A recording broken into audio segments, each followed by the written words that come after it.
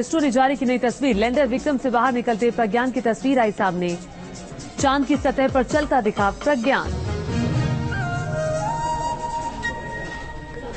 और इस वक्त एक बड़ी खबर आ रही है। एनसीपी अध्यक्ष शरद पवार का बड़ा बयान सामने आया है। एनसीपी में कोई फूट नहीं है, ये कहना है शरद पवार का।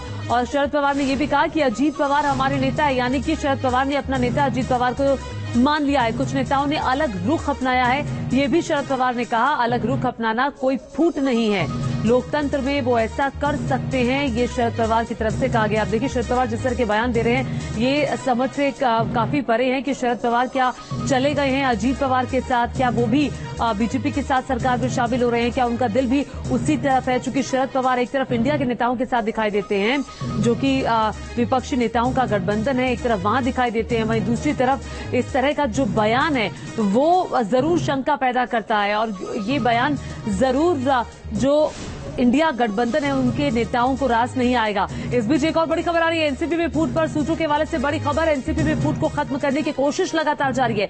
फूट खत्म करने के लिए अजीत की शरद पवार से मुलाकात हुई है और फूट खत्म करने के लिए अजीत ने बाकायदा शर्त रखी है। अजीत ने शर्त रखी है शरद रिटायर होकर सुप्रिया सुले को कमान सौंपे। सूत्रों के हवाले से ये बड़ी जानकारी। अजीत पवार राज्य की राजनीति करें, ये भी अजीत पवार की तरफ से कहा गया है। ये सूत्र हमारे बता रहे हैं। और इंडिया का साथ नहीं छोड़ना चाहते हैं शरद पवार। शरद पवार की तरफ से सूत्र बताते हैं कि ये भी बात रखी गई है कि जो इंडिया गठबंधन है, विपक्षी नेताओं का गठबंधन है, उसका साथ शरद पवार नहीं छोड़ना चाहते। अभिषेक पांडे जुड़ गए हैं। अभिषेक, स्थिति क्या है, जरा समझा दीजिए।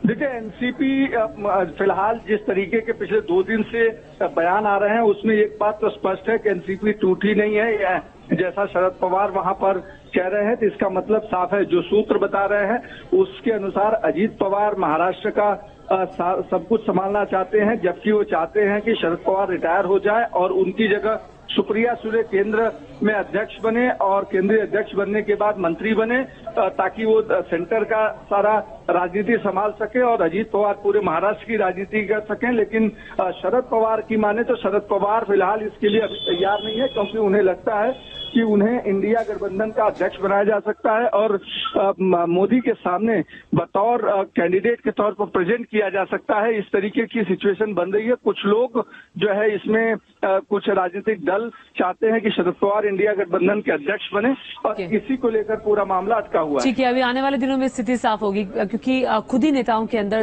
स्पष्ट तौर से स्थिति स्पष्ट नहीं है। अब इसी के साथ वक्त एक छोटे से ब्रेक है, लेकिन लगातार नजर बड़ी खबरों पर बनी हुई है।